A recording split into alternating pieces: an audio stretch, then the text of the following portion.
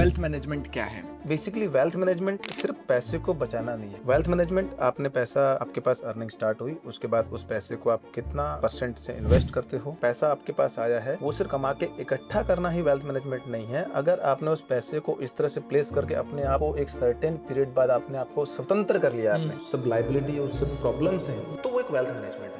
कोई भी आज 20 साल का है, उसकी एक सैलरी आ रही है, तो उसको उसी फर्स्ट डे से ही अपनी वेल्थ मैनेजमेंट का प्लान बनाना चाहिए या थोड़ा रुक के बनाना चाहिए? पहले दिन से जब आपकी पहली सैलरी आ रही है, तभी से आपको वेल्थ मैनेजमेंट स्टार्ट हो जाना चाहिए। सबसे ज्यादा मुश्किल लोगों के लिए पैसा कमाना नहीं है, पैसे को सही जगह लगाना है। तो लोगों को यही नहीं पता होता है कि इन्वेस्टमेंट करने के तरीके कौन कौन से हो सकते हैं। देखिए, इन्वेस्टमेंट करने के जो एवेन्यूज है, ऑप्शंस है, बहुत सारे हैं। फॉर एग्जाम्पल कोई भी है जो कि 20 साल का है, उसके पास उसकी सैलरी आ रही है और वो 5,000 रुपए की SIP स्टार्ट करता है। एक वहीं कोई दूसरा है जो जिसकी एज है 30 इयर्स की और वो 10,000 से अपनी SIP शुरू करता है। तो ज्यादा प्रॉफिट किसके लिए रहेगा? इसमें सबसे जो प्योरली आंसर निकलेगा वो ये निकलेगा जिसने 20 साल में 5,000 से स्टार्ट किया। 10 साल बाद आपकी जो 5,000 रुपए की SIP की है, उस पर कंपाउंडिंग स्टार्ट हो जाएगा। जब उसने कहानी स्टार्ट की तब तो वो कंपाउंडिंग में बैठ चुका है। हाँ।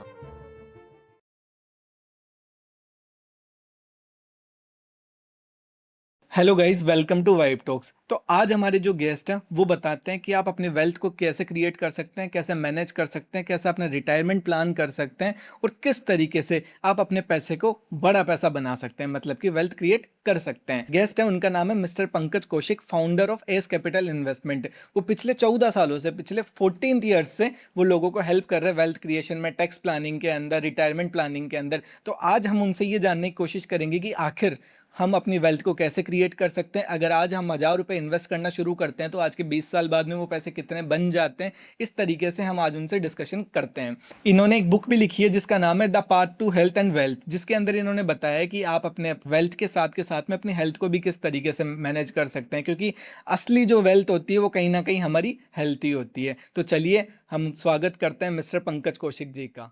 Welcome to vibe talk sir. Thank you sir, thank you so much. कैसे हैं सर आप?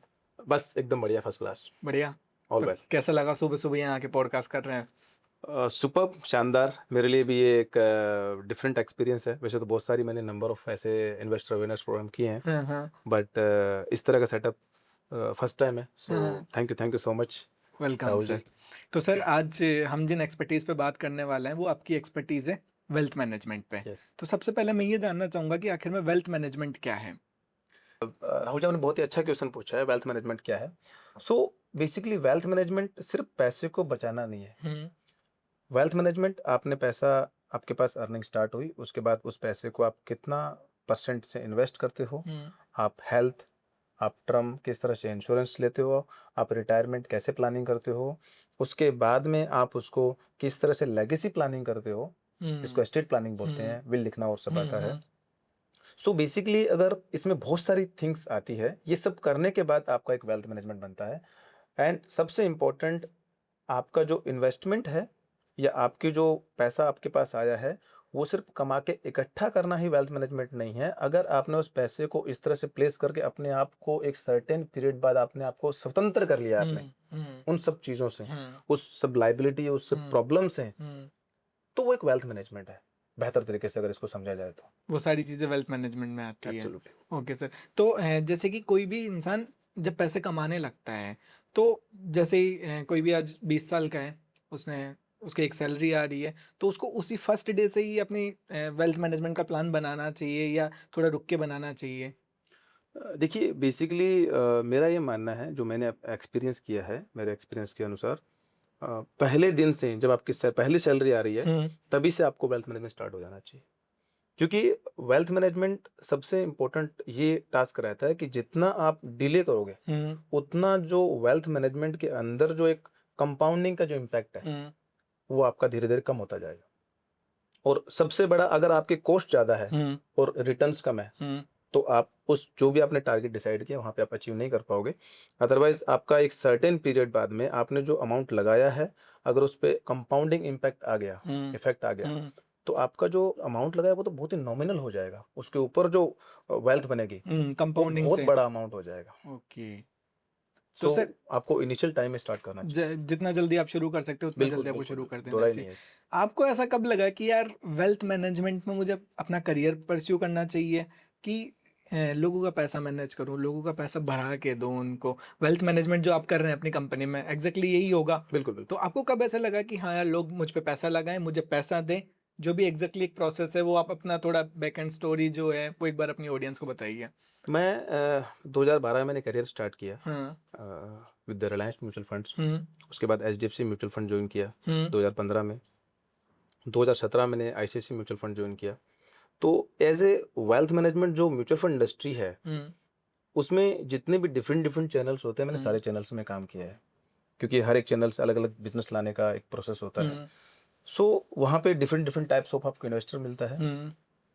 मैंने नंबर ऑफ इन्वेस्टर्स के एक्सपीरियंस से ये देखा कि जब आप कहीं ना कहीं जॉब कर रहे हो, तो आप कहीं ना कहीं थोड़ा सा एक वो जो एक पूरा डाइवर्सिफिकेशन है, हम्म। वो आप नहीं दे पाते हो, क्योंकि बिकॉज आप जिस कंपनी में काम कर रहे होते हो, आप मैक्सिमम मनी वहीं लाने की कोशिश करोगे। हाँ, जिस कंपनी इट्स अ में आप फैक्ट। काम कर रहे हो। हाँ, हाँ हाँ हाँ। बट ये इन्वेस्टर पॉइंट ऑफ व्यू से सही नहीं है, सही नहीं है। मेरा ये मानना है। हम्म। तो थोड़ा सा आपको एग्जांपल में, अगर किसी एक कंपनी का एक्स फंड अच्छा कर रहा है, बी हम्म। कंपनी का वाई फंड अच्छा कर रहा है, हम्म। सी कंपनी का ये फंड अच्छा हम्म। कर रहा है, सो मेरे को उस हिसाब से डाइवर्सिफिकेशन देखना पड़ेगा, और वही कस्टमर के हित में है। हम्म। सो फिर मेरे को लगा कि मैं जो कर रहा हूँ कहीं ना कहीं वो एक जस्टिफाइड नहीं है with the clients, with the investor. फिर मैंने सोचा कि मेरे को खुद का एक इस तरह से इनिशिएटिव लेना चाहिए, और फिर इनिशिएटिव लिया 2024 में। एंड टचवुड आज लगभग मोर देन 800 हमारे पास, हमारी जो एस कैपिटल इन्वेस्टमेंट्स के जो फैमिलीज के मेंबर है, जिनको हम इन्वेस्टर बोल सकते हैं, क्लाइंट बोल सकते हैं, वो हमारे साथ है। Oh great, congratulation sir. Thank अब यू सर। आपको थैंक यू। बढ़िया लोगों का पैसा मैनेज करिए, लोगों का पैसा बढ़ा के दीजिए। बिल्कुल सर, आज के टाइम में सबसे बड़ी प्रॉब्लम यही है, क्योंकि मैंने देखा है कि मैक्सिमम पीपल प्रॉब्लम्स में इसलिए नहीं है कि वो कमाते कम है, इसलिए है कि जो कमाया हुआ पैसा है वो ढंग की जगह पे प्लेस नहीं कर पाते। प्लेस नहीं कर पाते हैं, हाँ। क्योंकि जैसे ही स्टार्टिंग में मनी आता है, तो मार्केट में नंबर ऑफ ऐसी कंपनीज है जो कहीं ना कहीं उनको डिफरेंट डिफरेंट चीज़ों के लिए अट्रैक्ट करती है। और आज के टाइम में सबसे बड़ी बात, हर चीज़ ईएमआई पे स्टार्ट हो गई है। हर चीज। इवन तो आप क्लोथ्स ईएमआई पे ले सकते हो, स्मॉल स्मॉल छोटी छोटी छोटी चीज़ें आप छोटी ले चीजें। सकते हो। तो ईएमआई में सबसे बड़ा ये होता है कि आपका आज का एंजॉयमेंट है, प्रोडक्ट आज ले लिया, बट बर्डन लंबे टाइम तक है आपके साथ। फिर दूसरी बात, वो आपके एसेट्स नहीं है। अगर आप होम लोन ले रहे हो ईएमआई पे, तो एसेट्स क्रिएट कर रहे हो, बट आप कोई ऐसा एंजॉयमेंट वाले थिंग्स ले रहे हो जिसकी वजह से आज आपने एंजॉयमेंट तो कर रहे हो, बट लंबे टाइम तक आपको वो परेशान करेगा। आपके जो अर्निंग्स है, आपके जो कंपाउंडिंग फैक्टर लगने वाला था चीज़ों में, वो सब खा गया वो। सो एक्चुअल में मैक्सिमम पीपल की प्रॉब्लम से यही है कि वो कमाने के साथ साथ सही जगह पैसा प्लेस नहीं कर पा रहे हैं, और सबसे बड़ी दुविधा में यही है इन्वेस्टर। तो जैसे सर अभी आपने बात करी कि भाई सबसे ज़्यादा मुश्किल लोगों के लिए पैसा कमाना नहीं है, पैसे को सही जगह लगाना है। तो लोगों को यही नहीं पता होता है कि इन्वेस्टमेंट करने के तरीके कौन कौन से हो सकते हैं। तो पहले सबसे पहले आप ये बताइए कि इन्वेस्टमेंट करने के तरीके कौन कौन से होते हैं, इन्वेस्टमेंट कहाँ कहाँ किया जा सकता है। देखिए, इन्वेस्टमेंट करने के जो एवेन्यूज है, ऑप्शंस है, बहुत सारे हैं। सबसे पहले अगर बात करें तो जो ट्रेडिशनल इन्वेस्टमेंट है वो एफडी है। हर एक जो भी अर्निंग मेंबर होता है फैमिली का, या कोई नया अर्निंग स्टार्ट करता है, चाहे वो बिजनेस से हो, चाहे वो नौकरी से हो, इनिशियली उसके पास एफडी का ऑप्शन होता है। बट एफडी का ऑप्शन अच्छा है, था, और रहेगा भी, बट किस मात्रा में, कितनी मात्रा में? ओके। कुछ टाइम पहले, आज से 20 साल पहले देखें तो उसके रेट ऑफ इंटरेस्ट अच्छे थे, इन्फ्लेशन कम थी, तो चल रहा था। आज के टाइम में रेट ऑफ इंटरेस्ट नीचे आ गया है, इन्फ्लेशन बढ़ गया है। तो प्रॉब्लम ये है कि जिस तरह से आज से 20 साल पहले की गाड़ी आपको अट्रैक्ट नहीं करेगी, क्योंकि उसके फीचर्स, उसकी जो चीज़ें हैं वो नहीं अट्रैक्ट करेगी। आप उसे पैसा नहीं लगाओगे। आप नई नई चीज़ें, नई गाड़ियाँ तो उसे पैसा लगाते हो, नए नए फीचर्स आते हैं। वैसे ही वो प्रोडक्ट उतना अट्रैक्टिव नहीं रहा है जितना पहले था। तो उसके अलावा आपको दूसरे एवेन्यूज देखने पड़ेंगे, जहाँ पे आपके कम से कम रिटर्न जो है वो एक रिटर्न्स की एक डिफाइंड एक डेफिनेशन अगर निकालें अपन, तो आप जिस कंट्री में रहते हो उस कंट्री में जीडीपी ग्रोथ क्या चल रही है और आपकी इन्फ्लेशन रेट क्या है, दोनों को अगर मैं जोड़ दूंगा तो आपका एक रियल रिटर्न आ जाता है। आपका किसी भी एसेट क्लास से अगर वो रिटर्न आ रहा है, तो आप, मेरे हिसाब से सही है आपका वो एसेट। मैं फॉर्मूला एक बार फिर से बताइए। आप जिस कंट्री में रहते हो उस कंट्री का जीडीपी ग्रोथ किस रेट ऑफ चल रहा है एंड आपका जो इन्फ्लेशन है वो किस रेट पे चल रहा है, ओके। दोनों को अपन प्लस कर देंगे, हाँ। जो आंसर आएगा हाँ। वो अगर आपका किसी भी एसेट क्लास से रिटर्न आ रहा है, मैं ये नहीं कहता कि पर्टिकुलर एसेट क्लास, अच्छा, बट किसी से किसी से भी आ रहा है, हाँ। तो आपका बिल्कुल परफेक्ट इन्वेस्टमेंट होगा, वो गलत नहीं होगा। हम्म। रिटर्न जनरली जो इन्वेस्टर का मैंने बिहेवियर देखा है वो सिर्फ और सिर्फ उनका जो इन्वेस्टमेंट होता है वो रिटर्न को चेंज करने के लिए होता है, कि मैं इन्वेस्टमेंट इसलिए कर रहा हूँ कि रिटर्न, बट मेरे हिसाब से होना ये चाहिए कि आपको गोल को चेंज करना चाहिए। कि आपका क्योंकि गोल क्या है? हर इंसान के लाइफ में गोल होता है, नंबर ऑफ गोल होते हैं, एक क्या होता है, हाँ हाँ पहला गोल सबसे पहले, अगर कोई मान लीजिए आज मैंने अगर नौकरी स्टार्ट की है हाँ। 24-25 साल की उम्र में, तो सबसे पहला गोल हो सकता है मेरा घर लेना, फर्स्ट गोल जो होता है, हाँ, गाड़ी लेना, गाड़ी लेना। उसके बाद शादी भी करनी है, हम्म। उसका एक पैसा, हम्म। शादी हो गई तो बच्चे होंगे, हम्म। बच्चे हो गए तो बच्चों बच्चों की के एजुकेशन। एजुकेशन है, हाँ।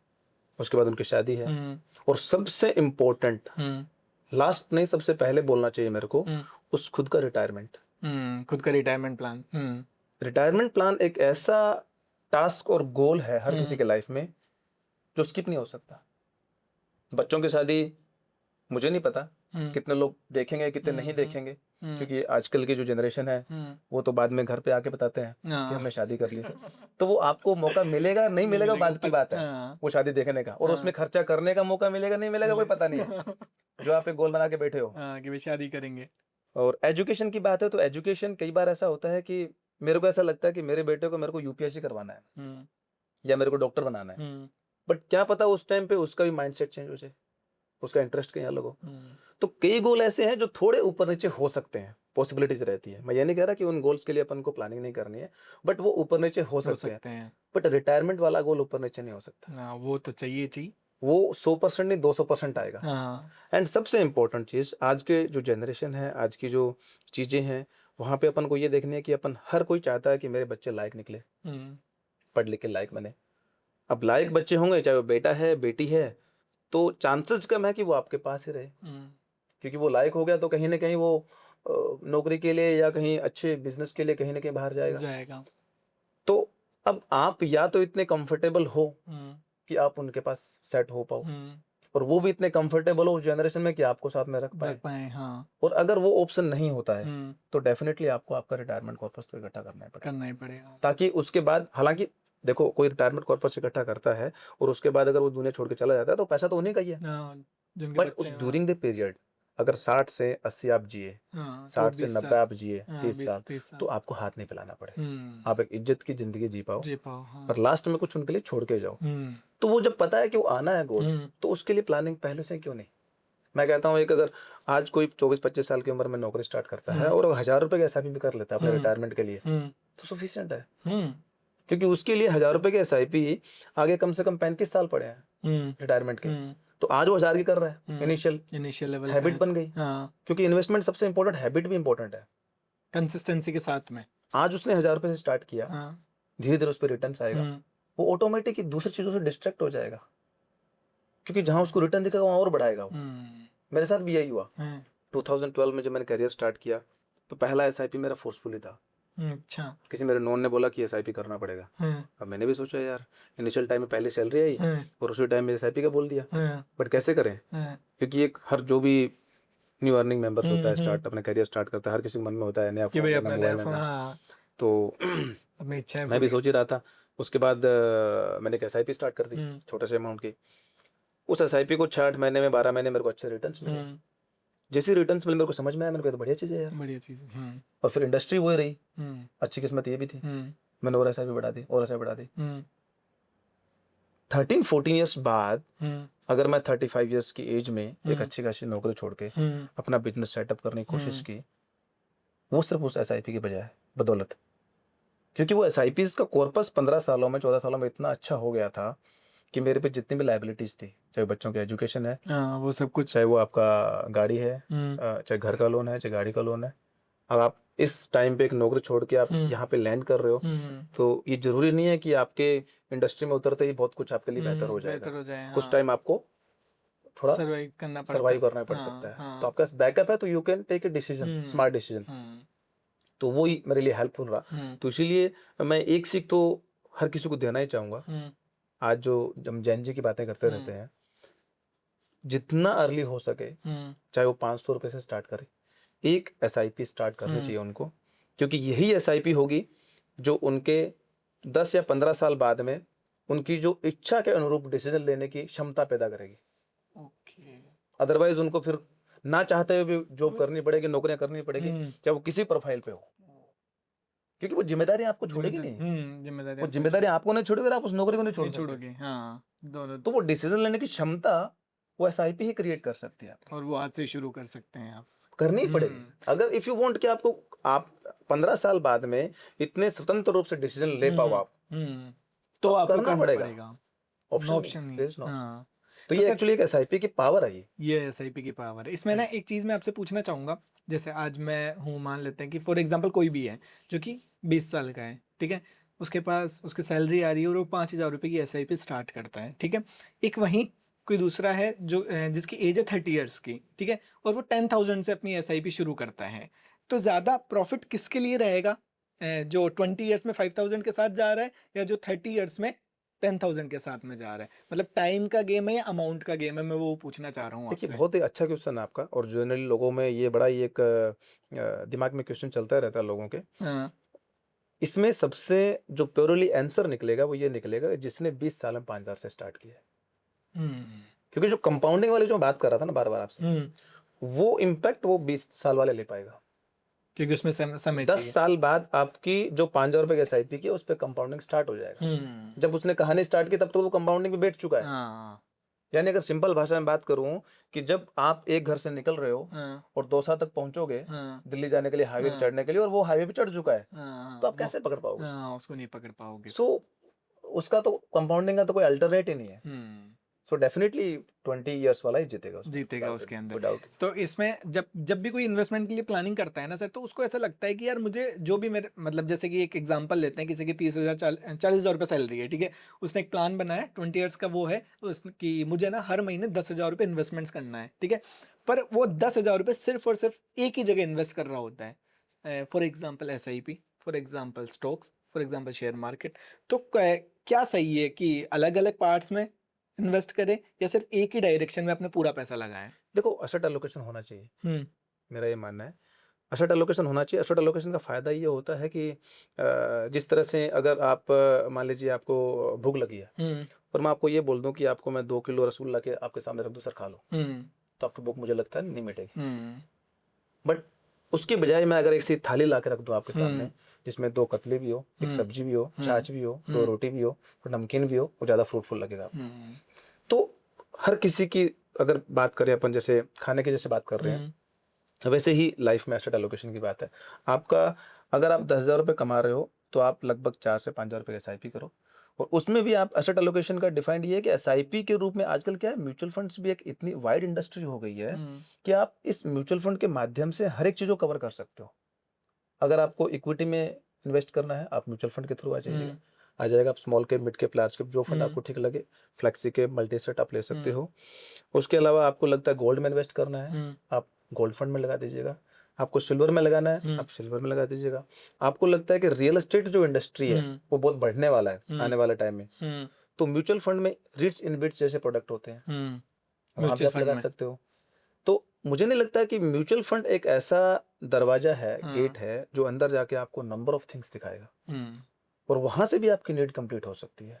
क्योंकि और सबसे अच्छी और ब्यूटीफुल बात इस इंडस्ट्री की ये है, म्यूचुअल फंड इंडस्ट्री की, कि हर एक एसेट क्लास में जाने के लिए आपको बड़ा अमाउंट चाहिएगा। सोना आप 1,000 रुपए का नहीं खरीद सकते, प्लॉट आप 1,000 रुपए का नहीं खरीद सकते, बट यहाँ 1,000 रुपए से आप सोना बाई कर सकते हैं, शुरू कर सकते हो। एवरेजिंग आपने, और सोना चांदी ये सब चीजें हैं, आज भी ले लो चाहे 20 साल बाद भी ले लो। आपके घर में अगर बेटी है तो उसको जब शादी होगी, विदा होगी, तो उसको कुछ गहने करवाने पड़ेंगे, चाहे कितने अपग्रेड हो जाए, चाहे कहीं अपने हिंदुइज्म में वो थिंग्स बनी हुई है कि वो अपने को करना ही पड़ेगा। बेटा है तो बहू आएगी तो उसको देना पड़ेगा। तो बेसिकली अगर मेरे को लगता है कि चलो गोल्ड के प्राइसेस यहाँ से बहुत अच्छे बढ़ेंगे या ऊपर जाएंगे, जो भी रहेगा, भविष्य किसी ने देखा नहीं है, बट लगता ऐसा है कि ऊपर ही जाएगा, नीचे तो क्या आएगा।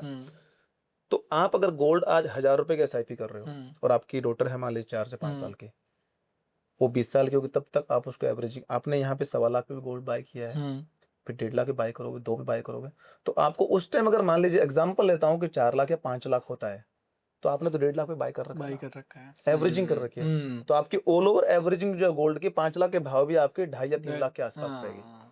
और वो रिक्वायरमेंट है, वो आएगा ही आएगा, उसमें कोई अल्टरनेट नहीं है। हाँ, उसका कोई कुछ थिंग्स ऐसी है लाइफ में जो डिफाइंड है, जो आएगी आएगी। आएगी। बच्चे हैं तो उनकी शादी आपको करनी पड़ेंगे, हायर एजुकेशन करना पड़ेगा, यू कांट स्किप दैट, आप भाग नहीं सकते उन चीज़ों से। तो जब भाग नहीं सकते, स्किप नहीं कर सकते, तो पहले से प्लानिंग कर लेनी चाहिए। हाँ, पहले क्या होता था, हाँ, आज से 20 साल पहले ये बोला जाता था हाँ, कि हर कोई अपना भाग्य लिखा के लाता है। भाग्य लिखा के नहीं लाता था, पहले सामाजिक जुड़ाव था। जब बेटी की शादी होती थी तब बुआ जी ने एक सिलाई मशीन दे दी, फूफा जी ने कुछ अलमारी दे दी, किसी ने कुछ एक बेड दे दिया, किसी ने कुछ साड़ियाँ दे दी, ऐसे करके बच्चियों का दहेज हो जाया करता था।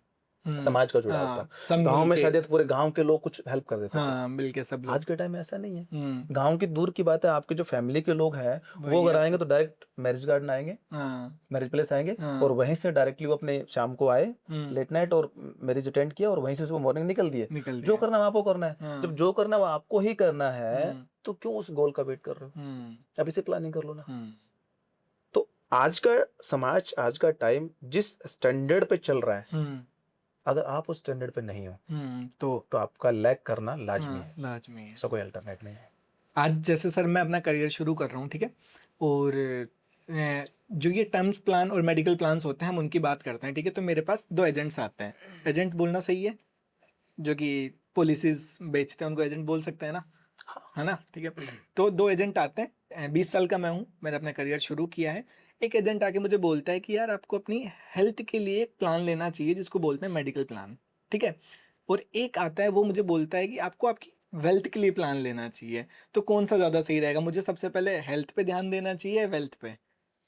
आपका बहुत ही क्वेश्चन अच्छा है, और ये क्वेश्चन पता नहीं आपने कहाँ से निकाला है, बट मैंने एक बुक भी लिखी है, the path to health and wealth, हाँ, सेहत और संपत्ति की राह। हाँ, तो देखो, इसमें कोई अल्टरनेट नहीं है। जनरली लोग क्या करते हैं, इसमें बहुत बड़ी मिस्टेक करते हैं, और मेरे को बहुत बड़ा, जब मैंने नौकरी छोड़ी और यहाँ पे आया तो मेरे को पहले से ही कुछ प्लान चल रहा था, बट किस पे लिखा जाए मेरे को समझ नहीं आ रहा था। आके मैंने देखा तो, और फिर मेरे को धीरे धीरे समझ, जब आप किसी इंडस्ट्री में थोड़ा सा एंटर करते हो तो आपको फिर वाइड पिक्चर नजर आती है बड़ी कि यार पिक्चर इसमें तो बहुत बड़ा चीज चल रहा है। चल रहा है। हाँ, तो मेरे को समझ में आया कि लोग क्या करते हैं अपनी जर्नी के अंदर, लाइफ की जर्नी में, या आपके जो अर्निंग स्टार्ट होते हैं उसके बाद पैसे पे इतने मतलब पागल हो जाते हैं कि वो हेल्थ पे ध्यान ही नहीं पाते। वेल्थ के लिए, वेल्थ के लिए, पैसा पैसा पैसा पैसा पैसा पैसा पैसा चाहिए। पैसा, हाँ, एंड 15-20 साल में पैसा कमा लेते हैं, और उस 15-20 साल की जर्नी में पैरेलली उनकी हेल्थ हेल्थ खराब खराब हो हो जाती जाती है। है। फिर उस हेल्थ को वापस सही करने के लिए जो कमाई हुई वेल्थ है वो उस पर उड़ाली जाती है। तो ये ऐसा नहीं है कि पहले कौन सा करना चाहिए, हाँ, आपको दोनों को साथ में साथ लेके में चलना लेके पड़ेगा। करना। Policy is different thing, policy क्या लेनी है क्या लेनी है वो बात बात की बात है, बट आपको आपकी जो हेल्थ है उसको देखो, पॉलिसी तो तब आएगी ना काम जब आपको कुछ हो गया, हाँ, जब आएगी। बट मेरा इनिशियली मानना है कुछ होना ही नहीं चाहिए। हाँ, आप तो उससे हेल्थ पहले पे स्टार्टिंग से इतना ध्यान दो। कि कुछ हो ही आज ना। के टाइम में तो लोगों के मेंटल स्ट्रेस इतना ज्यादा है, वो ध्यान ही नहीं दे रहे कि उनका मेंटल स्ट्रेस बढ़ रहा है क्या। हाँ, एक लेवल से ऊपर जाने के बाद उसको लगता है कि भाई मैं पागल हो चुका हूँ, पागल हो चुका हूँ। हाँ, उसको खुद को नहीं पता चलता कि मैं इस लेवल से स्ट्रेस से गुजर रहा हूँ क्या। चाहे वो कॉर्पोरेट प्रेशर मान लो, या फैमिली प्रेशर मान लो, या सोशल प्रेशर मान लो, या आज के टाइम में जो ये मीडिया जिस तरह से है, लोग पहले बहुत ज्यादा अपने आप को प्रमोट करने की कोशिश करते हैं, जब प्रमोट हो जाते हैं तो उनके जो कमेंट्स देख देख के पागल हो जाते हैं, बोले इसने ऐसे कैसे बोले, तो ये आपको पता होना चाहिए कि आप जिस इंडस्ट्री में जा रहे हो वहां लोग, हर आदमी आपको एक्सेप्ट नहीं करेगा। हर आदमी का थोड़ा प्रोसेस अलग है, हर आदमी का एक दिमाग अलग है। तो अब आइए, तो आज के टाइम में भी माहौल चल ही रहा है मार्केट में, आपको पता है जिस तरह से। तो अगर कोई आदमी पहले से डिसाइडेड है, किसी सीट पे बैठा है और एक स्ट्रॉन्ग थिंग्स है, तो ऐसा नहीं है कि आपको कोई सब लोग एक्सेप्ट करेंगे। सो अगर आप कोई भी चीज़ करते हो तो पहले से ये भी लेके चलो कि उसमें अच्छी भी होगी और बुरी भी होगी। किसी की भी लाइफ में ऐसा नहीं होता है कि सिर्फ और सिर्फ अच्छा अच्छा होता रहे। रात के बाद दिन भी आएगा, दिन के बाद रात भी आएगी। और एक कहते भी है कि जितनी रात काली होगी उतना सवेरा अच्छा होगा। तो ऐसे है। तो जैसे अभी आप बता रहे थे एसआईपीज के बारे में, एसआईपीज किस तरीके से काम करती है उसके बारे में थोड़ा सा बताइए, कि म्यूचुअल फंड एसआईपीज दोनों किस तरीके से काम करते हैं? एसआईपीज का सबसे जो ब्यूटी है वो है एवरेजिंग। हाँ, देखिए, आपको सबसे इम्पोर्टेंट ये होगा कि आप जिस इंडस्ट्री में जा रहे हो, अगर उस इंडस्ट्री को आपने गहराई से समझ लिया तो आपको दिक्कत कुछ नहीं आना है। प्रॉब्लम क्या है कि इस हमारी जो इंडस्ट्री है, जो म्यूचुअल फंड इंडस्ट्री है हम्म, या वेल्थ मैनेजमेंट इंडस्ट्री है, हम्म, इस इंडस्ट्री में लोग आ तो जाते हैं बट हम्म, इसको समझ नहीं पाते हैं। एसआईपी आपकी, अगर मान लीजिए मैं आपने आज एसआईपी की हम्म, और आपकी एसआईपी पहले 1 साल रिटर्न नहीं दे रही है, इसका मतलब सबसे बेस्ट इन्वेस्टमेंट है आपका। ओके, और अगर आपके एसआईपी ने पहले साल में रिटर्न दे दिया, हाँ, इसका मतलब आप कहीं ना कहीं थोड़े लैग कर रहे हो, आपके रिटर्न्स लॉन्ग टर्म में इंपैक्ट करेंगे, कम बैठेंगे। क्योंकि आप, मार्केट क्या करता है, कभी भी ऐसे यूं नहीं चलता है, वन वे नहीं चलता है, ना तो वो वन वे ऊपर जाएगा ना हाँ, वन वे नीचे नहीं नीचे, जाएगा, हाँ, वो जिग जैग चलेगा। हम्म, तो एसआईपी की जो ब्यूटी, एसआईपी प्रोडक्ट हम्म, बनाया क्यों गया, हम्म, वो इसलिए बनाया गया कि आप हर मार्केट के लेवल पे उसको बाय कर पाओ। हम्म, अगर आपने आज 5,000 रुपये का एसआईपी किया और हम्म, मार्केट अगर यूं चल रहा है, और मार्केट अगर यूं चला उस 12 महीने में, हम्म, पहले 12 महीने में, हम्म, तो आपके हर एक यूनिट्स महंगे में बाई तो हुई, but hmm, first initial investment जो अपना था 5,000 रुपये पहले हम्म, महीने में, वो आपका रिटर्न दिखाएगा। तो आपके 12 महीने रिटर्न तो दिखेंगे, हम्म, बट आपको ये पता ही नहीं चला कि आपके हर इन्वेस्टमेंट महंगे पे हुआ है, हम्म, हर यूनिट्स महंगे बाय किए। बट अगर आपने यूं यूं करके आपका मार्केट नीचे गया या एवरेज रहा है, हाँ, तो तो आपने हर यूनिट्स उसी भाव पे बाग परचेज किया बेचे, है, उसके बाद यूनिट्स जब ऊपर जाएगी तो डेफिनेटली आपकी वैल्यू बनेगी। तो कोशिश यही करना कि जब भी आप एसआईपी करें, हम्म, इन्वेस्टमेंट करें, तो अपने हाथ में तो नहीं है, हाँ, बट इंपॉर्टेंट है कि पहला 12 महीना 1.5 साल आपके एसआईपी के रिटर्न नहीं बने, तो ज़्यादा उसके बेटर बाद आपके रिटर्न बनने जो बनना स्टार्ट है शुरू वो हो। ज़्यादा बेटर रहेगा आपके लिए, ओके, कंपेयर टू इनिशियली आपको दिखे। ओके। तो सर, जब मैं आपकी प्रोफाइल गो थ्रू कर रहा था ना, जब मैं आप पे रिसर्च कर रहा था, तो मैंने लिंक्डइन प्रोफाइल पे आपकी वे वीडियोस देखे थे कुछ, इन्वेस्टर्स का कुरुक्षेत्र। तो मतलब इन्वेस्टर्स का कुरुक्षेत्र, आपने इसे महाभारत से कनेक्ट किया इन्वेस्टमेंट को, तो पहले ये आइडिया कहाँ से आया आपके दिमाग में? ये आइडिया एक्चुअली क्या है, ऑफिस में बैठा बैठा है ना, मैं कुछ स्ट्रेटेजी लगाता रहता हूँ। हाँ, तो मेरे को दिमाग, एक्चुअली क्या है, इन्वेस्टमेंट जो है ना वो एक बोरिंग सब्जेक्ट है। हाँ, लोग उसको थोड़ा इंटरेस्टिंग बनाने की कोशिश करते हैं हाँ, कि इसमें कुछ हैपनिंग होना चाहिए, हाँ, कुछ हैपनिंग कुछ होना अलग चाहिए। अलग अलग अलग। अगर हाँ, इन्वेस्टमेंट, अगर किसी इन्वेस्टर का पैसा आप 10-12 कुछ परसेंटेज से, एक सर्टेन परसेंटेज से आप बढ़ा रहे हो कंटिन्यू, तो कुछ टाइम बाद वो खुद ही बोलेगा, अरे सर कुछ कर नहीं रहे हो आप इसमें, हाँ, कुछ कर नहीं रहे हो। हाँ, अगर आप बढ़ रहा है तो बढ़ने दो ना उसको, क्योंकि आपको एक सर्टेन टाइम बाद में वो हाईवे आने वाला है हम्म, कंपाउंडिंग वाला, हम्म, बट उससे पहले आप खुद ही बोल रहे हो कि उसको तो आप छेड़छाड़ के कुछ और कर दो उसको। हाँ, तो मैंने सोचा कि ये बोरिंग सब्जेक्ट को थोड़ा इंटरेस्टिंग कैसे बनाया जाए, अच्छा, और इंटरेस्टिंग बनाने के लिए आप सबसे नियरेस्ट चीज क्या लेके आओगे। जिससे सब लोग महाभारत, कनेक्ट कर पाए। रामायण, ये हम्म, सबसे अपने हर किसी के हम्म, बहुत ही पास की पास चीजें की हैं। चीजें, और हाँ। सबसे अच्छी बात, जो वेल्थ मैनेजमेंट है वो किसी एक एज फैक्टर पे नहीं आता है, वो सभी के लिए वो है। सभी के लिए है। हम्म, आज 50 साल का है उसके लिए भी है, हाँ, 25 साल का उसके लिए भी है, उसमें, 40 का उसके लिए है। हाँ, तो ये जो महाभारत और रामायण है, ये हर एक एज फैक्टर के लिए भी आता है। जब हाँ, रामायण अपन देखते थे या महाभारत देखते थे, तो दादी जी भी बैठी होती थी, हाँ, पापा भी पापा भी बैठे बैठे होते थे, होते हैं और मम्मी हम भी, बैठे होते हैं, और हाँ, बच्चे भी घर में बैठे हाँ, होते थे। हाँ, तो मेरे दिमाग में आया कि ये जब चीजें सबके लिए सेम है, तो फिर हाँ, सामने वाला जो टॉपिक है वो भी ऐसा होना चाहिए जो सबको सबको इंटरेस्टिंग लगे। इंटरेस्टिंग लगे, हाँ। तो मैंने इसीलिए फिर महाभारत के ऊपर मैंने 100 ऐसे टॉपिक्स राइट हम्म, डाउन किए, हम्म, लिखे, स्क्रिप्ट लिखी, हम्म, और फिर बनाना शुरू किया। हम्म, और उसको फिर मैंने हर एक जो महाभारत के अंदर जो परिस्थिति थी, हम्म, चाहे वो कृष्ण की थी, हम्म, चाहे वो धृतराष्ट्र की थी, हम्म, वो सब परिस्थितियां उनसे लिंक की, हम्म, कि वो किस तरह से उन्होंने अपने लाइफ में स्ट्रेटेजी प्ले किया, हम्म, किस तरह से उन्होंने अपने लाइफ में उस स्ट्रेटेजी को प्ले करके उस सिचुएशन से बाहर निकले। हम्म। तो इस तरह से ये सब चीज़ें तो इसका स्टार्ट। कोई एक दो एग्जांपल अगर आप बता सके तो? सो सबसे पहले मैं इसमें एग्जांपल देना चाहूँगा भगवान श्री कृष्ण का। हम्म, सो भगवान श्री कृष्ण ने किस तरह से उसको महाभारत में अपने आप को प्ले किया, हम्म, और चीज़ों को स्ट्रीमलाइन करने की बहुत ही कोशिश की। हम्म, जब स्ट्रीमलाइन नहीं हुई, तब उन्होंने बहुत ही बेहतर तरीके से उन चीज़ों को प्लेस करके, और फाइनली कहीं ना कहीं हम्म, सच और झूठ जो है हम्म, उसके हिसाब से उनको पेश किया गया। पेश किया।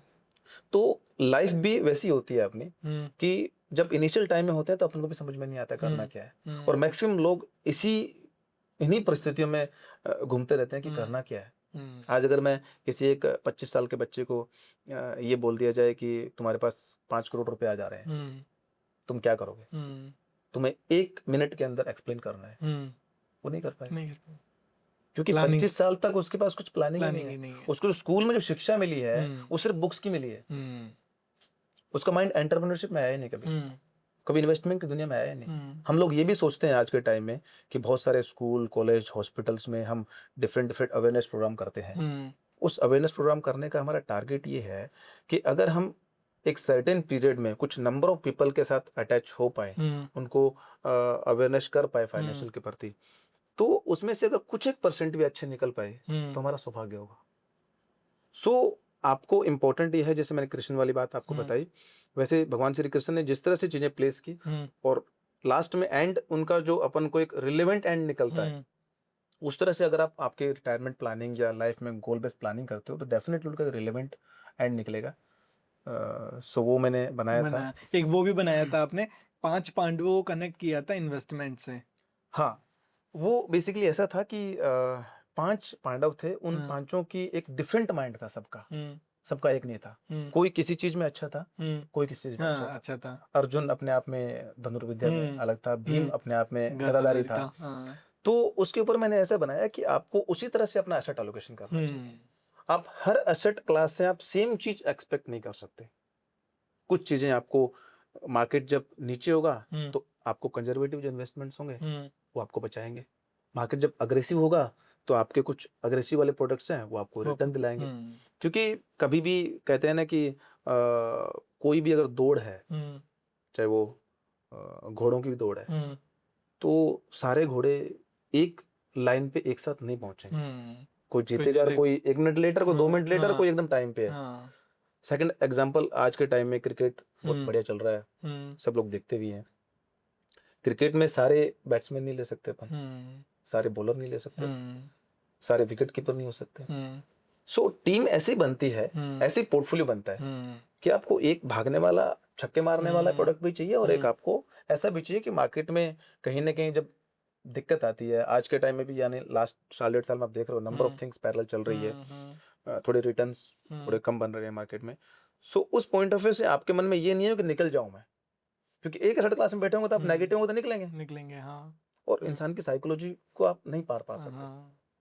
तो उस टाइम अगर आपका सेकंड एसेट क्लास कहीं थोड़ा रिटर्न दे रहा होगा, जिसको अपन एसेट एलोकेशन की तरह बात कर रहे थे, तो आपको हेल्प करेगा उस चीज को होल्ड करने के लिए, रुकने के लिए। सो वो मैं उससे रिलेट किया था, उसको उससे रिलेट किया था। स्मार्ट इन्वेस्टमेंट क्या होता है? देखिए, स्मार्ट इन्वेस्टमेंट बेसिकली अपन स्मार्ट का जो एक हिंदी अर्थ निकालते हैं, बुद्धिमान निकालते हैं। तो हमने सोचा कि स्मार्ट लोग है कि नहीं है, क्योंकि बेसिकली हर आदमी समझता है कि मैं स्मार्ट हूँ, मैं स्मार्ट हूँ, पैसे का लेन देन आदान प्रदान जो करते हैं। बट स्मार्टनेस यही स्टार्ट नहीं होती है। स्मार्टनेस के लिए बहुत कुछ आपको थोड़ा डीप जाना पड़ेगा। हमारी जो डेफिनेशन है स्मार्ट की, एज कैपिटल इन्वेस्टमेंट, तो हम ये सोचते हैं कि हमारा हर क्लाइंट स्मार्ट होना चाहिए, हमको उसको स्मार्ट ही करना है बस, और कुछ नहीं करना। तो स्मार्ट में सबसे पहले एस आता है। एस का मतलब हम लेते हैं सिक्योरिटी। हम उस कस्टमर की, हमारे इन्वेस्टर की, हमारे क्लाइंट की, या हमारा फैमिली मेंबर मान लो, उसका हम सिक्योरिटी के लिए एक मनी रखते हैं जिसको एफडी कर सकते हो, और जिसपे एक नॉमिनल रिटर्न्स आता रहे, कंजर्वेटिव रिटर्न्स आता रहे, जो इंस्टेंट उसे काम आ जाए। और उसको हम अमाउंट जो जस्टिफिकेशन देते हैं कितना करना चाहिए, तो उसका हर महीने खर्चा मल्टीप्लाई 6 to 8 मंथ्स। ओके, मान लीजिए 50,000 रुपए आज महीने खर्चा है, तो 6 महीने का यानी 3 लाख रुपए के आसपास एफडी में रखना चाहिए, जो इंस्टेंट उसको मिल जाए। उसके बाद आता है आपका एम फॉर आपका म्यूचुअल फंड्स हो गया। म्यूचुअल फंड एक ऐसा एसेट क्लास है जहां पे आपके काफी सारे गोल्स आप कनेक्ट कर सकते हो। आप 4 साल का गोल भी ले सकते हो, 5 साल का भी गोल ले सकते हो। जैसे 4 साल का गोल मैं मानूं आपका गाड़ी लेने का है, 10 साल का गोल है घर लेने का, 15 से 20 साल का गोल आपका बच्चों की हायर एजुकेशन, 25 साल के आसपास बच्चों की शादी, और 35 साल के आसपास रिटायरमेंट। ये गोल सारे के सारे आप म्यूचुअल फंड से ले सकते हो। तो पहला सिक्योरिटी आ गया, दूसरा आपका आ गया म्यूचुअल फंड्स, तीसरा आ गया आपका ए आपके पास ए का मतलब है एश्योरेंस। कोई ऐसा प्रोडक्ट होना चाहिए कि अगर मैं नहीं रहूं इस दुनिया में तो मेरी फैमिली, क्योंकि इंसान जाता है, लाइबिलिटी नहीं जाती, वो वहीं की वहीं खड़ी है। आज कोई इंसान इस दुनिया से चला जाए, अगले महीने स्कूल से मैसेज आ जाएगा, वो फीस आप जमा करवा दीजिए। होम लोन चल रहा है, बैंक वाले आ जाएंगे, वो होम लोन का किस्त दो भाई, नहीं है तो खाली करवा लेना। गाड़ी ले रखी है, उसे किस्त आ रही है तो गाड़ी उठा ले जाएंगे। तो लाइबिलिटी नहीं जाती है, आदमी चला जाता है।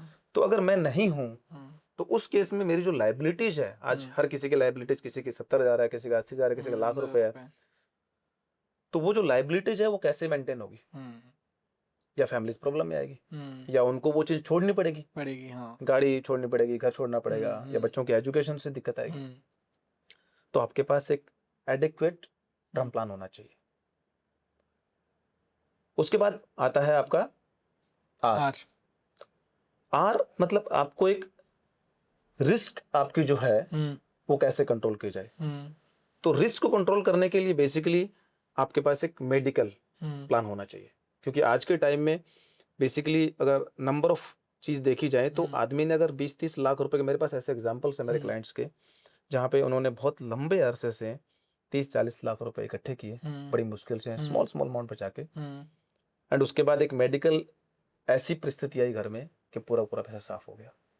तो आपने जो इन्वेस्टमेंट किया है, जिस गोल के पर्पज, जैसे आपने मान लीजिए रिटायरमेंट के पर्पज से इन्वेस्टमेंट किया और वो 50 लाख हो भी गया, और रिटायरमेंट है 10 साल बाद, तो आपको लगा ठीक है 50 साल है, अब इस पे कंपाउंडिंग लगेगा तो ये मेरा एडिक्वेट नंबर हो जाएगा, बट बीच में कोई मेडिकल परिस्थिति ऐसी आ गई तो आप क्या करोगे? आप नहीं रख सकते, उसको निकालना पड़ेगा आपको, चाहे कितने आपके गोल्स हो।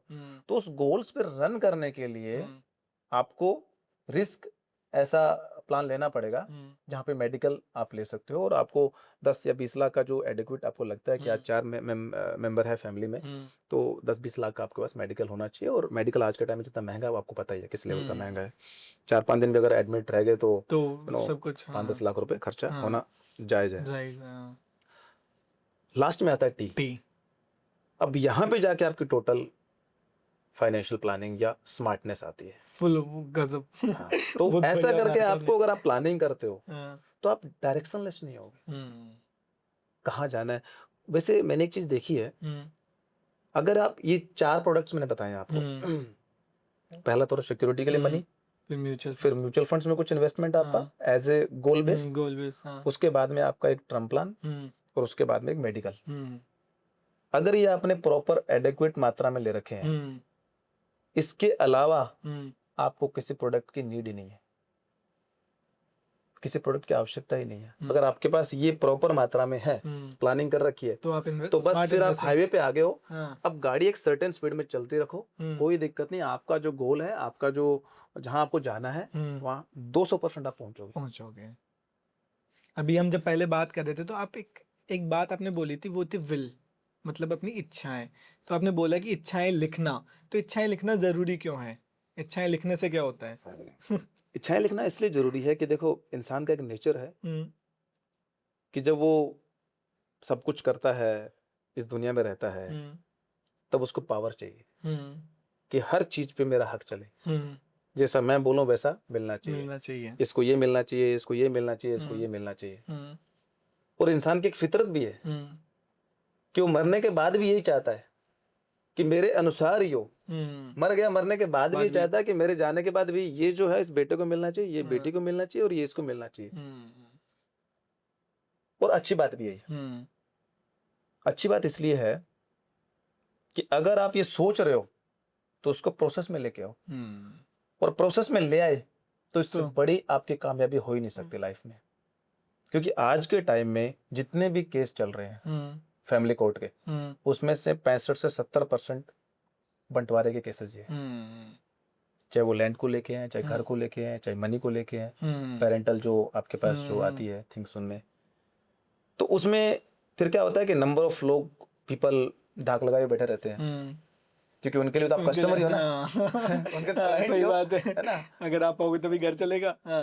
तो अब ये है कि आपको अगर चाहिए कि भाई आपके जाने के बाद आपका जो एक एक पाई जो आपने मेहनत से कमाई है वो सही हाथों में जाए, और बीच में कोई तीसरा आदमी नहीं आए, तो एस्टेट प्लानिंग जो है, विल लिखना बहुत ही इंपॉर्टेंट है, बहुत इंपॉर्टेंट है।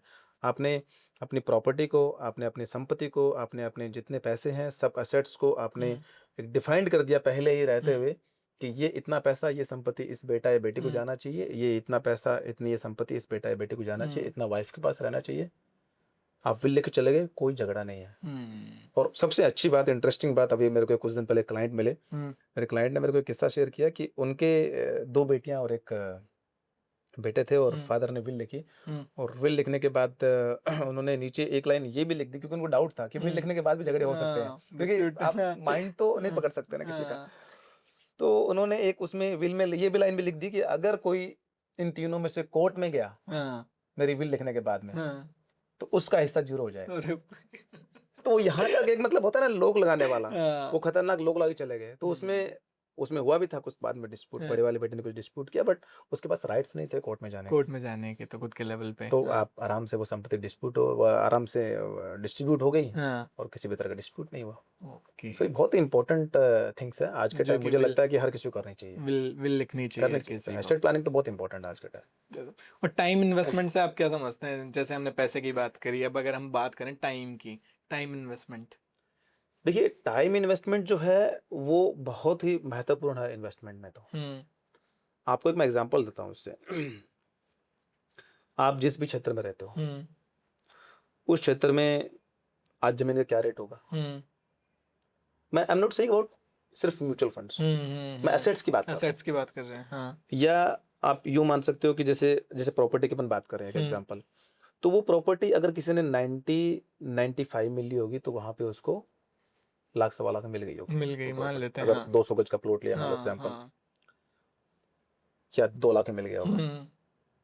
उसके बाद वो 2 का 4 हुआ, 4 का 8 हुआ। जैसे ही 2 का 4 या 8 हुआ, तो बीच में कुछ नए लोग पनपे और उन्होंने बोला क्या बात है साहब, 2 का 8 हो गया, बहुत अच्छी वैल्यू हो गई, ये तो पीक आ गया इसका, बेचो इसको। बेचो। तो 4-5 साल में बिकवा दिया। बिकवा दिया। फिर जिसने 8 पे लिया उसका वो बेस प्राइस था, वो बेस प्राइस था, उसने जो 8 से 16 से 20 हुआ, तो फिर लोग आ गए, बोला साहब इसको तो बेचो साहब, ये तो बहुत अच्छी वैल्यू आ गई, 2 साल 3 साल में डबल हो गया। फिर बिकवा दिया। फिर तीसरा 20 पे एंट्री किया, तो उसके लिए बेस प्राइस था। ऐसे करके आज अगर कोई भी एसेट देखोगे आप, तो उसके अंदर वो प्रॉपर्टी तो वही है, बट जो लाख सवा लाख में थी, वो आज 1-2-3 करोड़ की भी हो गई, बट उसमें ऑनर सेम नहीं है, उसमें 4 से 5 ऑनर चेंज हो गए।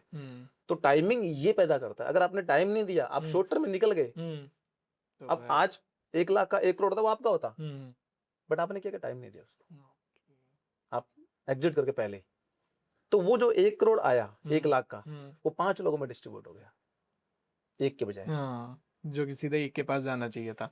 तो ये टाइमिंग है, ये इन्वेस्टमेंट में बहुत ही महत्वपूर्ण है। इसके बिना इन्वेस्टमेंट आपका जीरो है। आप अगर साल 2 साल के लिए कुछ करते हो और ये सोचते हो कि मैं पैसा बना लूंगा, तो पॉसिबल नहीं आज है। जितने भी अगर बिलियनर्स देखें, या आप जितने भी नंबर ऑफ ऐसे इंडस्ट्री में इन्वेस्टर्स देखें, उनका सबसे इंपॉर्टेंट अगर आप देखोगे ना उसमें पार्ट मनी या टाइम, तो टाइम ज्यादा मिलेगा, टाइम ज्यादा मिलेगा। आज अगर कोई भी अपना करियर स्टार्ट करता है, जॉब करना शुरू करता है, तो उसको सबसे पहले जो क्वेश्चन आता है ना, कि कितना पैसा मुझे इन्वेस्टमेंट्स पे खर्च करना चाहिए, कितना पैसा मुझे अपने खुद के ऊपर खर्च करना चाहिए। तो इसका कोई रेशियो होता है कि हाँ, अगर आप 50% यहाँ एक्सपेंस कर सकते हो, 10% यहाँ कर सकते हो, अगर इन्वेस्टमेंट्स की? उसका परसेंटेज तो अपन डिसाइड नहीं कर सकते, क्योंकि परसेंटेज तो हर इंसान की एक थॉट प्रोसेस डिफरेंट होता है। कुछ लोग ठीक ठाक कपड़े पहनते हैं, कुछ बहुत ब्रांडेड कपड़े पहनते हैं। बट इसमें ये है कि मेरा ये मानना है कि इसमें 3 ऑप्शन होते हैं आपके पास जब पैसा आता है उस पैसे को लगाने का। पहला ऑप्शन आता है सेविंग का, दूसरा आता है स्पेंडिंग का, और तीसरा आता है इन्वेस्टमेंट का। अब आपको ये प्रायोरिटी तय आपको करनी है, तो आपको करना क्या है। आज की जो जेनजी है, मैं किसी को ब्लेम नहीं करूंगा, बट नंबर ऑफ पीपल अपन एक फिल्ट्रेशन परसेंटेज से निकालते हैं कि नंबर ऑफ परसेंटेज ज्यादा कहाँ पे आता है, पर वही चीज मेजोरिटी में आता है। चाहे कहीं भी ले लो, तो मेजोरिटी ऑफ पीपल आज के टाइम में स्पेंडिंग पे ज्यादा करते हैं। पैसा आया पहले स्पेंडिंग, पैसा आया पहले स्पेंडिंग। बट उसका होना ये चाहिए एज ए सही मायने में कि सबसे पहले पैसा आते ही आपको एक इन्वेस्टमेंट करना चाहिए, उसके बाद आपको स्मॉल सी सेविंग करनी चाहिए, या उसको यूं ले सकते हो कि सबसे पहले सेविंग करनी चाहिए छोटी सी, उसके बाद एक इन्वेस्टमेंट करना चाहिए, उसके बाद स्पेंडिंग करनी चाहिए बचे हुए। तो अब ये डिपेंड करता है कि मान लीजिए किसी ने, एग्जांपल लेता हूं कि 1 लाख रुपए कमा रहा है, अब 1 लाख रुपए उसने 10,000 रुपए सेविंग कर ली अपनी, जिसको अपन इनिशियली सिक्योरिटी वाला बात, स्मार्ट में जो सिक्योरिटी वाली बात कर रहे थे, वो कर लिया। हाँ। उसके बाद में उसने 20 या 30,000 रुपए का म्यूचुअल फंड में इन्वेस्टमेंट्स कर दिया, पीछे बचा उसका 70,000 या 60,000, 30 + 10 40 40 - 1 लाख 60,000 आप स्पेंड कर सकते हैं ना। क्योंकि आपने अगर सही प्लानिंग से अपने गोल ले रखे हैं और गोल में सही आप जा रहे हो तो रेस्ट ऑफ मनी को यूज करो ना। किसने रोका? आप कैसे यूज करो, कैसे भी फिर यूज उससे करो, ब्रांडेड पहनो या गाड़ियां कैसे लेके आओ, पहना, व्हाटएवर, जहाँ पे जाना है ट्रेवल करो, कोई दिक्कत नहीं है। बट इंपॉर्टेंट है कि पहले आपने 2 टास्क कंप्लीट करके कर रहे हो। वो और जरूरी है। मैंने देखा है नंबर ऑफ लास्ट 15 इयर्स के, मेरा एक्सपीरियंस बोलता है कि जिन्होंने इस तरह से प्लानिंग किया ना फाइनेंस की, उन्हें कभी लाइफ में दिक्कत नहीं आई है, क्योंकि उन्होंने पहले उस पड़ाव को समझा है और उस पड़ाव के लिए पहले से प्रिपरेशन कर रखी है उन्होंने। दुर्भाग्य की बात है कि लोग 20 साल, 25 साल, 30 साल नौकरी करने के बाद कोविड में जब गवर्नमेंट ने 6 महीने घर बैठने के लिए बोला तो हालत टाइट हो गई थी। क्या आपके पास इतने साल कमाने के बाद 6 महीने घर बैठे खाने का पैसा नहीं है? तो क्या किया? तो इतने साल आपने क्या किया? तो इसीलिए हम एज ए फाइनेंशियल जब प्लानिंग की बात करते हैं तो वो सिक्योरिटी वाला मनी पहले, उसके बाद जो म्यूचुअल फंड, गोल्ड प्लानर, ताकि आपका कोई भी चीज हिलना नहीं चाहिए। अगर आपका दूसरा कहीं कोई चीज लैग, कमजोर या कोई दिक्कत आ रही है तो उसके चक्कर में दूसरी चीज नहीं लेनी चाहिए। इसीलिए, और लाइफ में क्या आएगा, या तो कोई मेडिकल इशू आएगा, या आदमी मिसहैपनिंग हो सकती है। मिसहैपनिंग हो, टर्म प्लान ले रखा है, मेडिकल इशू है, मेडिकल प्लान ले रखा है आपने, इन्वेस्टमेंट गोल बेस कर रखे हैं आपने, सिक्योरिटी आपने कर रखी है, अब जो बचे वो खाओ पियो ना, एंजॉय करो ना, एंजॉय करो। तो और मेनली प्रॉब्लम आपने देखी होगी, आपने भी देखा होगा अपनी लाइफ में कि मेनली क्या होता है कि जब दूसरा कोई चीज हिलती है वो किसी दूसरी प्रॉब्लम के चक्कर में हिलती है। उसको इफेक्ट, प्लानिंग भी इसीलिए खराब होती है आदमी की कि वो कर तो सोचता तो ये है, बट उस चक्कर में उस टाइम कुछ दूसरी चीज हो जाती है तो उसको फिर यहाँ से शिफ्ट करके उसको यहाँ लेना पड़ता है। तो बस पूरा प्लानिंग बिगड़ गया। इसलिए पहले से ही अगर आप सही चीज पे चल रहे हो कोई दिक्कत नहीं आएगा आपको हर चीज की। अगर आज कोई प्लान करता है कि उसको मान लेते हैं, क्योंकि फॉर एग्जांपल हम बड़े अमाउंट का एग्जांपल तो नहीं लेते हैं, क्योंकि अगर 5,000 बोलेंगे, 7,000 बोलेंगे तो सबको ऐसे लगेगा यार इतना बड़ा तो मैं कैसे इन्वेस्ट करूंगा। एक छोटा सा एग्जांपल लेते हैं कि आज कोई 20 साल का है, वो 2,000 रुपये की ऐसे 20 या 25 साल का है और 2,000 रुपये की SIP करना हर मंथ शुरू करता है, तो 20 साल के बाद में उसका पैसा कितना बन जाएगा? तो बेसिकली आपने जो पूछा है कि 2,000 रुपये की SIP 20 साल में किस तरह से इम्पैक्ट कर सकते हैं किसी की लाइफ को, तो 2,000 रुपये की अगर 20 साल तक SIP चलाते हैं तो मोटा मोटा अगर अपन एवरेज रिटर्न्स लेते हैं 12% अप्रोक्सीमेटली, तो आपका लगभग 20 साल में 480 के आसपास आपका इन्वेस्टमेंट्स होता है। 4,80,000। हाँ, और 12% अगर अपन CAGR रिटर्न जोड़ते हैं तो लगभग आपका 20 लाख के आसपास, 19 to 20 लाख के आसपास आपकी वैल्यू हो जाएगी। तो उस टाइम अगर आप देखेंगे तो आपके जो कॉस्ट वैल्यू बहुत ही कम दिखेगी आपको, क्योंकि 480 पे आपको 20 लाख यानी आपका मोटा मोटा 15 से 16 लाख रुपए का आपका अलग अल्फा गेन हो गया। और उसके बाद जो कंपाउंडिंग स्टार्ट हो जाएगा, फिर आपकी कॉस्ट की कुछ मतलब ही नहीं रहेगा। आप कॉस्ट निकाल लोगे ना पूरा का पूरा, तब भी आपकी गाड़ी चलती रहेगी। फिर आपको एक हाईवे पे आ चुके जो अपन बात कर रहे थे स्टार्टिंग में। सो ये एक ब्यूटी है इस प्रोडक्ट की। नोट अब है ना, जैसे हम स्टार्टिंग में बात कर रहे थे, आपने एक चीज़ बताई थी, वो थी रिटायरमेंट प्लानिंग। तो कोई भी जब भी अपने करियर की शुरुआत करता है तो उसको अपने रिटायरमेंट की प्लानिंग, जैसा आपने बताया, कि कर लेनी चाहिए। तो रिटायरमेंट प्लानिंग कैसे होती है और वो कैसे कर सकता है? देखिए, अगर इसकी वैसे कैलकुलेटिव के हिसाब से देखा जाए तो मेरे हिसाब से आपको अपने डिफाइंड गोल पहले दिन से करने चाहिए। कि मान लीजिए एग्जांपल, आज मेरी सैलरी 50,000 रुपये है। अब 50,000 में जब अर्निंग स्टार्ट हुई है तो मैक्सिमम पीपल ऐसा है कि उस टाइम शादी हुई नहीं होती। तो अगर मेरे को पहले देखना है कि मैं उस 50,000 में से 2,000 रुपये अपने रिटायरमेंट के लिए रख दूँ अलग से, चलता रहेगा, बहुत अच्छा कॉर्पस इकट्ठा हो जाएगा। उसके बाद में मेरे को देखना है कि अब रेस्ट ऑफ गोल है, जैसे शादी नहीं है तो शादी के लिए प्लानिंग करनी है। अगर शादी हो गई है और अगर बच्चे हैं 2 साल का, 3 साल का, 5 साल का, तो अब बच्चे की हायर एजुकेशन का मेरे को प्लान करना है। हायर एजुकेशन के जस्ट बाद में उसकी मैरिज भी आनी है, शादी भी होनी है, क्योंकि वो उन दोनों चीजों में बड़ा थोड़ा कम गैप होता है। हायर एजुकेशन कंप्लीट हुआ 2-3 साल बाद शादी आ जानी है। तो मेरे को 2-2,500 रुपये उस हायर एजुकेशन के लिए और 2-2,500 रुपये, 3,000 रुपये उस शादी के लिए। तो टोटल मैंने 6-7 हजार रुपये प्लानिंग कर लिया कि 2,000 रुपये रिटायरमेंट का, 2,000 बच्चे के या बेटे के हायर एजुकेशन का, और 2,000 रुपये मैंने उसमें शादी के। तो आपने अलग अलग डिफाइंड कर दिया उसको। तो मोटा मोटा आपके हाथ में आ गया कि 50 - 6,000 तो मैंने प्लानिंग कर रखा है। और इट्स डिपेंड ऑन, आपको ये भी कैलकुलेट करना पड़ेगा कि आप बच्चों को करवाना क्या चाह रहे हो। ऐसा नहीं हो कि उस टाइम जाके आपको पता चले तो यार मैंने बहुत बड़ी लैग कर दिया। पता चला कि आपका उस टाइम जो एजुकेशन है, आपको जो करवाना है जो कोर्स, वो 1.5 करोड़ का पड़ रहा है और आप उस टाइम 40 लाख तक ही पहुंचे। 40 लाख तक ही पहुंचे तो हाँ, वो आप करा नहीं सकते हो। जैसे आप किसी कंपनी में जाते हो और आपको लगता है कि भाई मेरे को गाड़ी लेनी है, आप कंपनी में जाके बोलते हो तो कंपनी वाला आपको 4 से 5 गाड़ी दिखाता है। सर ये 4 लाख की है, ये 6 लाख की है, ये 8 लाख की है, ये 10 लाख की है। 4 लाख वाले की EMI आएगी 12,000, 6 लाख वाले की 14,000, 8 लाख वाले की 18,000 और 20 लाख वाले की आएगी 22,000 रुपए। अब अगर आपके पास, आप बोलोगे सर मेरे पास कैपेसिटी 22 तो नहीं है, तो वो क्या बोलेगा, सर ये 12 वाले ले लो, इसकी 12 आएगी।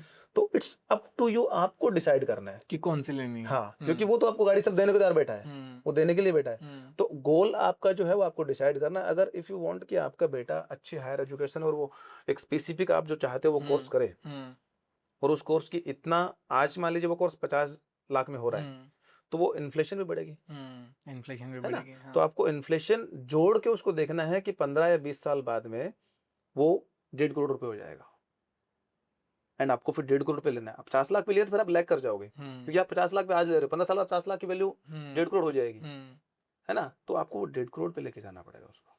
उसके हिसाब से आपका जो 2000 की बात कर रहे थे अपन, वो 2 की जगह 4 भी हो सकता है, 6 भी हो सकता है, एंड देन वो 6 होगा, तब उसमें इंपॉर्टेंट ये होगा कि आपका फिर टोटल अमाउंट बढ़ता जाए। जो पहले 6 की बात कर रहे थे वहां टोटल पे 10 हो जाए। और ये भी मैटर करता है कि उस गोल में टाइम कितना है, क्योंकि आपका रिटायरमेंट जो है उसमें 35 साल पड़ा है, वो 2000 से काम हो जाएगा। बट अगर आपका 16, एक तो 35 साल दूर गोल है तो उसको 2000 से भी काम हो जाएगा। बट एक जो 15 साल दूर गोल है उसमें आपका उस अमाउंट से 2000 से काम हो जाएगा, वहां फिर आपको 5, 7, 10,000 बचाना पड़ेगा। सबको अब जैसे हमने बात करी ओवरऑल कि सबको जितना अर्ली हो सके इन्वेस्टमेंट्स प्लान करने चाहिए, सारी चीज़ें प्लान करनी चाहिए। बट जब कोई भी अपने करियर की शुरुआत कर रहा होता है ना, उसको ये सब चीज़ें समझ में नहीं आती है यार, कहाँ 20 साल बाद की बातें कर रहे हो, कहाँ 25 साल बाद की बातें कर रहे हो, आज का ही नहीं पता है। बोलते हैं ना, आज खाओ और आज वो, आज कमाओ और आज खर्च करो वाली बातें। तो आप ऐसे लोगों को क्या बोलना चाहोगे कि यार कि अभी शुरू करोगे तब जाके आपका फ्यूचर बेटर हो पाएगा? क्योंकि हमको तो सबको ऐसा ही लगता है कि ठीक है यार 20 साल की बाद में देखेंगे, अभी कौन सोच रहा है। देखिए, एक कहावत है, समय और समझ साथ में नहीं आता है। अच्छा। जब समय होता है ना तो हाँ। समझ नहीं होती है। जो आप बोल रहे हो कि अर्ली एज में हम्म। अभी तो किसने देखा यार ये वो हाँ। अपने एक भ्रम में होते हैं, हाँ। अलग ही भ्रम में। जब मैं छोटा सा था ना तो मैं सोचता था कि यार पापा तो पापा ही बने, हम थोड़ा पापा बनेंगे। उसके बाद हमारे भी शादी में पापा बन गए और हमारी वही लाइबिलिटी आ गई। तो ये तो डिफाइंड है। देखो, अगर जिंदा नहीं रहे फिर तो कुछ भी नहीं है ना। फिर तो आप खा लिया पी लिया और पहन लिया और गाड़ी घोड़े कुछ भी ले लिया, फिर तो कोई भी चीज काम में नहीं आनी है। प्रॉब्लम तब है जब जिंदा रहे तब। अगर, और आज के टाइम में प्रॉब्लम्स ये नहीं है कि कोई दुनिया से चला गया, प्रॉब्लम ये है कि मेडिकल इतना अच्छा हो गया है कि इंसान की जो लाइफ की जो है ना वो बढ़ गई है, लाइफ एक्सपेक्टेंसी बढ़ गई है उसकी। तो अगर लाइफ आपकी पहले 60-70 ईयर्स में, पहले आपने देखा होगा आज से 30 साल पहले, अगर आपने 25 साल पहले या 20 साल पहले डिफरेंट डिफरेंट बीमारियां आती थी और बीमारियां बहुत लोगों को ले चलती थी, इलाज ट्रीटमेंट नहीं थे और एक लहर दौड़ती थी इस पर्टिकुलर एरिया में चलेगी। आजकल उस लेवल की बीमारियां नहीं है, काफी सारी बीमारियों पे काबू पाए गए हैं, मेडिकल्स बहुत स्ट्रांग हो गया है। तो इम्पोर्टेंट ये है कि वो समय और समझ वाली जो कहानी है ना वो इनिशियल टाइम में नहीं आती है, जब समय होता है। और जब समझ आती है तो समय निकल चुका तो होता समय निकल चुका होता है। है। चाहे इसमें करियर की बात ले लो, चाहे हाँ। पैसे की बात ले लो। बहुत सारे लोग होते हैं जब पढ़ाई का टाइम होता है तब पढ़ाई नहीं करते, और जब पढ़ाई का टाइम निकल चुका होता है, जब उन पे लाइबिलिटीज आ जाती है, घर वाले शादी कर देते हैं, बच्चे हो जाते हैं, तब सोचते हैं कि अब पढ़ ले, अब कर ले, फिर नहीं हो पाएगा। तो नहीं हो पाए। फिर आपको मजबूरी में कम सैलरी या कम तनख्वाह में आपको काम करना पड़ेगा। तो ये तो एक किस्मत की बात है कि आपको कोई हम जैसे या तो टकरा जाए जो पहले से ही आपको ये बोल दे सर करना है फोर्सफुली करवा ले, या फिर आपके खुद के अंदर इतनी समझ डेवलप हो जाए कि स्टार्टिंग से करने लग जाए। मेरा सबसे अच्छी बात यही रही कि मेरी पहले जो भी एक म्यूचुअल फंड इंडस्ट्री में थी, और उसी की बदौलत वो जो एसआईपी पहली सैलरी में स्टार्ट हुई, और उसी की बदौलत बाद में सबसे चीजें स्ट्रॉन्ग एक सही मतलब ट्रैक पे प्लेस हो गई। अदरवाइज मैं भी 10 साल निकालता और फिर टाइम निकल जाता। फिर आपको नया वो कंपाउंड इम्पैक्ट मिलता है, नया आपके पास बैकअप होता है, नया आप डिसीजन ले पाते, फिर अगेन वही आप डेली 6 से 9 वाली ड्यूटी और करते वही करते हैं। घिसते रहो। आपने बुक लिखी है, तो आपने बुक लिखी है the path to health and wealth, सेहत और संपत्ति की राह। दोनों एडिशन है, इंग्लिश और हिंदी। ये इंग्लिश हो गया और ये हिंदी एडिशन हो गया। तो ये बुक लिखने का थॉट आपके दिमाग में कैसे आया है? और ये बुक मतलब जैसे मैं देख रहा हूँ ना, ये बहुत छोटी बुक है, लगभग इसमें शायद कितने पेजेस होंगे सर? 80 पेजेस के आसपास। 80 पेजेस के आसपास की बुक है जो कि आपने लिखी है, और सही लिखा है, क्योंकि ज़्यादा 200-250 पेजेस की बुक मेजरली लोग पढ़ते नहीं है। तो ये थॉट कहाँ से आया? वो जो इन्वेस्टमेंट वाली बात है ना, वैसे ही रीडिंग वाली बात होती है। इन्वेस्टमेंट जैसे बोरिंग लगता है लोगों को, इन्वेस्टमेंट पर बात करना बोरिंग लगता है, वैसे ही रीडिंग लोगों को बोरिंग लगती है, पढ़ाई बोरिंग लगती है। तो मैंने सोचा कि बुक लिखनी है, और बुक लिखनी इसलिए ज़रूरी है कि सेहत और संपत्ति दोनों साथ में चलती है। एक चीज़ अगर आपने पा ली और दूसरी खराब कर ली, तो आपको वो चीज़ काम नहीं आएगी। आप कितनी भी अच्छी गाड़ी में बैठे हो, कितनी लग्ज़री में गाड़ी में बैठे हो, अगर आप अस्वस्थ हो, तो आप उसको फ़ील नहीं कर पाओगे। सही बात है, तो आपका स्वस्थ होना बड़ा ज़रूरी है। ज़रूरी है, हेल्थ हाँ, सबसे इम्पोर्टेंट है। मैं तो सबसे कहता हूँ वेल्थ इम्पोर्टेंट से भी इम्पोर्टेंट है। हेल्थ है, हाँ। हेल्थ है तो आप ढंग से सोच पाओगे, सही डायरेक्शन में काम कर पाओगे, सही डिसीजन ले पाओगे, उसके बाद आप वेल्थ बन जाएगी। बट प्रॉब्लम है कि आपकी हेल्थ ही नहीं है। और बड़े-बड़े एग्जांपल्स भी हुए हैं ऐसे मार्केट में, जिन्होंने बहुत पैसा कमाया, बट एक सर्टेन टाइम बाद में उन्होंने हेल्थ खो दी, तो बड़े परेशान हुए और कम उम्र में ही चले गए। सो बेसिकली मैंने एक चीज़ उस चीज़ को ध्यान में रखते हुए मैंने ये बुक लिखी। सो इस बुक के अंदर बेसिकली यही समझाया गया है। ये जो 80 पेज की जो बुक मैंने लिखी है, 80 पेज की, हालांकि जो चैप्टर जब मैं लिख रहा था तो बहुत वाइडर चीज़ें आ रही थी, ज़्यादा पेजेस आ रहे थे। मैंने उसको थोड़ा रिड्यूस किया। तो उसके पीछे ये था कि अगर मान लीजिए मैं 250 पेज ही कर देता हूँ तो उस पर कॉस्ट बढ़ जाएगी, तो इंसान को पढ़ना तो वैसे इंटरेस्टिंग नहीं लगता। उसके बाद में उसको ये बोला जाए कि 700 रुपए की बुक ले लो आप, तो भाई वो वैसे ही चाहे कितनी भी अच्छी चीज मिल जाए उसको, वो नहीं। आज लोग 1200 रुपए वाला तो भी नहीं खरीदते। बोले चलो भाई 700 रुपए किलो मिल रहा है, वो ले लूंगा, चाहे वो अच्छा हो नहीं हो, बट 700 रुपए किलो है। सो इम्पोर्टेंट ये है कि फिर मैंने उसको कम पेज में रिड्यूस करके 80 पेजेस में करके, और इसको एक सही नॉमिनल प्राइस किया इसका। और ये कॉस्ट टू कॉस्ट है, इससे मुझे कमाई नहीं चाहिए, ये कॉस्ट टू कॉस्ट है। और मैंने ये देखा कि कहीं ना कहीं जितने नंबर ऑफ पीपल के पास पहुंचे, और अगर मेरी बुक से मैं मानता हूँ कि 100% नहीं सही, अगर 2-4% भी अगर कुछ बेनिफिट्स किसी की लाइफ में अगर किसी ने अडॉप्ट कर लिया, तो मेरे लिए सक्सेसफुल जर्नी हो जाएगी। तो बेसिकली ये 2 लैंग्वेज में लिखी है मैंने, हिंदी और इंग्लिश में। पहले मैंने इंग्लिश में लिखी थी प्रॉब्ली, फिर हिंदी में इसको कन्वर्ट करवाया था मैंने, किसी एक मेरे राजस्थान यूनिवर्सिटी में प्रोफेसर जानकार थे, उन्होंने कन्वर्ट करके दिया मेरे को। उसके पीछे ये था कि इंग्लिश की जो ऑडियंस है वो लिमिटेड है, 15-20-25%। 75% अपन जिस लोकेशन में रह रहे हैं वो हिंदी ऑडियंस है। तो अगर आप इंग्लिश की बुक लिखते हो, इंग्लिश में बात करते हो, तो वो ऑडियंस आपके स्किप कर जाती है। चाहे वो वीडियो भी अगर इंग्लिश में आएगा तो वो नहीं, जो समझेगा वो खट से ऊपर कर देगा, चाहे वो कितनी भी उसके लिए वैल्यूबल हो। तो मैंने हिंदी इंग्लिश दोनों इसलिए लिखा कि हर एक पर्सन, चाहे वो इंग्लिश है चाहे वो हिंदी है, जो भी जानता है लैंग्वेज, उसके पास पहुंचनी चाहिए, और वो उसको खरीदे, पढ़े और अपनी लाइफ में अडॉप्ट करे। हमारी बुक अमेजोन पे भी अवेलेबल है, वहां से बाय कर सकते हैं, बाय करके पढ़ सकते हैं। तो ये बुक पढ़नी किस किस को चाहिए?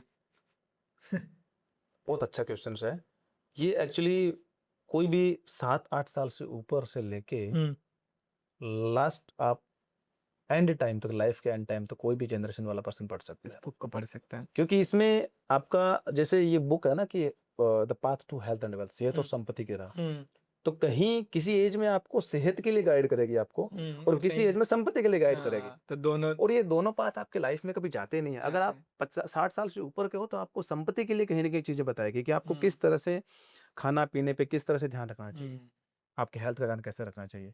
और अगर आप 30s में हो, 20s में हो, तो डेफिनेटली आपको एक वेल्थ का पाथ मिलेगा, हेल्थ के साथ साथ, कि वेल्थ को किस तरह से आप मैनेज कर सकते हो। तो एवरी पर्सन के लिए, इसके अंदर कोई जेंडर नहीं है, कोई एज नहीं है, हर एक पर्सन बाय करके बुक पढ़ सकता है। और जो मेरा 15 इयर्स का एक्सपीरियंस है वो मैंने पूरा इसमें डाला है, तो वो ले सकते हैं। तो सर, आज के पॉडकास्ट में बहुत मज़ा आया, बहुत सारी चीज़ें आपसे सीखने को मिली, वेल्थ मैनेजमेंट, इन्वेस्टमेंट, इन सब चीज़ों के लिए। तो धन्यवाद, आप आए। थैंक यू राहुल जी, आपने बुलाया। और सबसे इम्पोर्टेंट ये है कि आपके माध्यम से अगर नंबर ऑफ पीपल्स का, जिस तरह से हमारा इनिशिएटिव रहता है इन्वेस्टर अवेयरनेस प्रोग्राम या फाइनेंशियल अवेयरनेस प्रोग्राम का, तो हमारा भी टारगेट ये रहता है कि नंबर ऑफ पीपल तक हम पहुंचें, उन तक अपनी फाइनेंशियल अवेयरनेस पहुंचाएं, ताकि वो अपने लाइफ में अच्छे डिसीजन ले पाए। आपके माध्यम से अगर हम कुछ परसेंटेज और बढ़ा पाए उसका, इससे बेहतर हमारे लिए क्या होगा। Okay, thank you so much.